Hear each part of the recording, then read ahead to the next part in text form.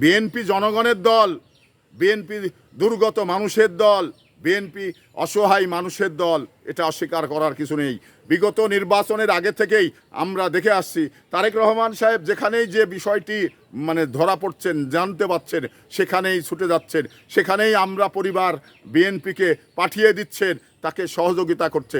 আমরা এই অসংখ্য ঘটনাগুলো আমাদের এই গণমাধ্যমে রয়েছেন, আমরা দেখতে পেয়েছি। তো নাসির উদ্দিন বা এমসিপি তারা কয়টা লোককে সহযোগিতা করলেন, কয়টা অসহায় মানুষের পাশে দাঁড়িয়েছেন, এইরকম কি নজির এমসিপির রয়েছে? নাই।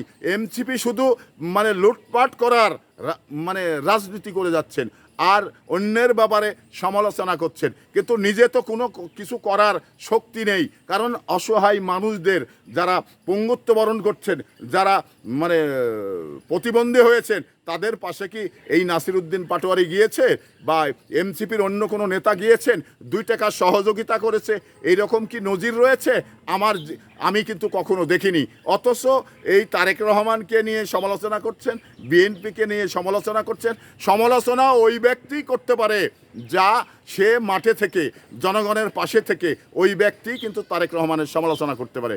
কিন্তু যারা মাঠে নেই তারা কিভাবে তারেক রহমানের সমালোচনা করে?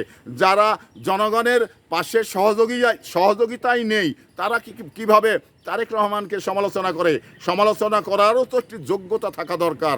সে যোগ্যতাও তো এমসিপির নেতাদের নেই, নাসির উদ্দিন পাটোয়ারির নেই। তো কেন সমালোচনা করে?